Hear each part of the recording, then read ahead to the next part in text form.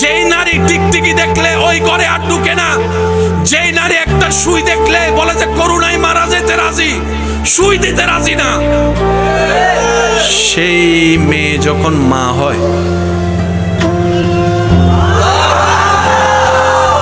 যারা সন্তানের বাপ হয়েছেন, সিজারে যাদের সন্তান হয়েছে আপনারা বুঝবেন, পেট কেটে ফেলে পেট। আমি যদি আপনাদেরকে একটু বুঝাতে পারতাম, শুনেন, ভূমি হওয়া এক রকমের শান্তি, ভূমি হচ্ছে না শুধু ভূমির বাপ, মেজাজও ধরে, মনও ধরে।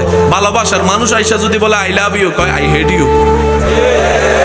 কারণ তখন আই লাভ ইউর উত্তর দেওয়ার মতো মন মানসিকতা, ইচ্ছা। এবার আমি বলতে থাকবো, আপনারা একটু বলবেন কষ্টটা কেমন, চিন্তা করবেন।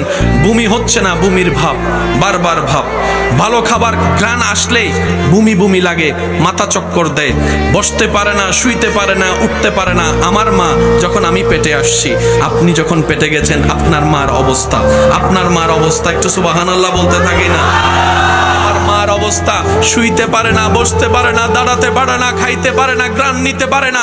আবার এদিকে সংসারে সব রান্নার কাজ করা লাগছে, কাপড় ধোয়া লাগছে, ঘর মোছা লাগতেছে, পরিষ্কার পরিচ্ছন্ন সব কাজ করা লাগতেছে।